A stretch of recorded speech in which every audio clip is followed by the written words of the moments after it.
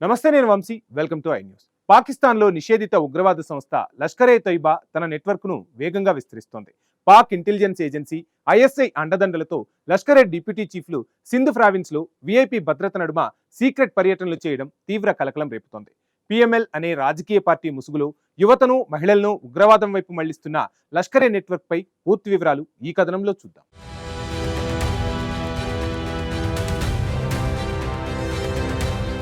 పాకిస్తాన్లో నిషేధిత ఉగ్రవాద సంస్థ లష్కర్ ఏ తైబా తన ఉగ్ర నెట్వర్క్ను అండర్ గ్రౌండ్లో అత్యంత వేగంగా అండ్ పక్కా ప్లానింగ్తో విస్తరిస్తుంది. అంతర్జాతీయంగా ఎఫ్ఏటిఎఫ్ అండ్ ప్రపంచ దేశాల నుంచి తీవ్ర ఒత్తిడి ఉన్నప్పటికీ పాకిస్తాన్ ప్రభుత్వ ఏజెన్సీల అండదండలతోనే ఈ ఉగ్ర సంస్థ మళ్లీ వేరనుకుంటుందని బయటపడిన సంచలన ఇంటెలిజెన్స్ నివేదికలు స్పష్టం చేస్తున్నాయి.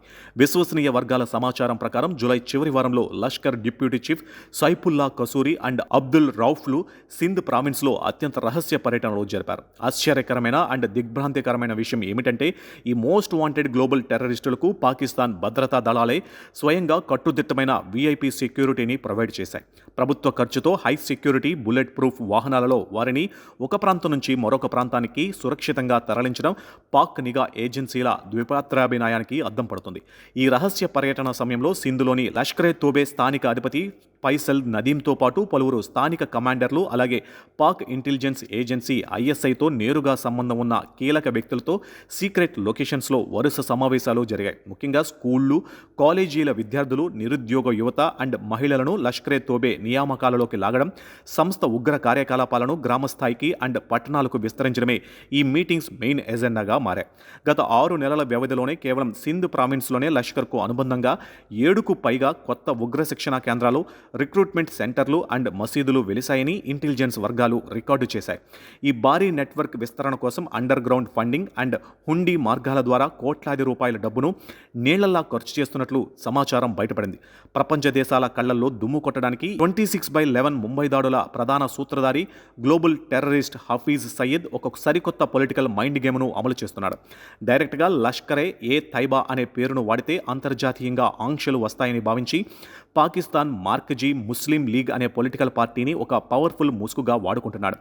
బయట ప్రపంచానికి అండ్ గ్లోబల్ మీడియాకి ఇది లష్కరేతో ఎలాంటి సంబంధం లేని ఒక సాధారణ పొలిటికల్ పార్టీగా కనిపించేలా నాటకమాడుతున్నారు. కానీ ఈ పిఎంఎంఎల్ నిర్వహించే పొలిటికల్ ర్యాలీలు, పబ్లిక్ మీటింగ్స్లో లష్కరే ఏ తైబాకు చెందిన మోస్ట్ వాంటెడ్ ఉగ్రవాదులే బహిరంగంగా ప్రసంగిస్తూ భారత్కు వ్యతిరేకంగా యువతను రెచ్చగొడుతున్నారు. గ్లోబల్ వాచ్ డాగ్స్ నుంచి తప్పించుకోవడానికి అండ్ ఉగ్ర నిధులను చట్టబద్ధమైన డొనేషన్లుగా మార్చుకోవడానికి ఈ పొలిటికల్ ఫ్రంట్ను లష్కర్ ఒక షీల్డ్లా ఉపయోగిస్తుంది. పాకిస్తాన్లో లష్కర్ నెట్వర్క్ ఈ స్థాయిలో బహిరంగంగా విస్తరిస్తూ ఉంటే అక్కడి Shehbaz Sharif administration and military ఏజెన్సీలు ఏం చేస్తున్నాయనే గంభీరమైన ప్రశ్నలు అంతర్జాతీయ వేదికలపై తలెత్తుతున్నాయి.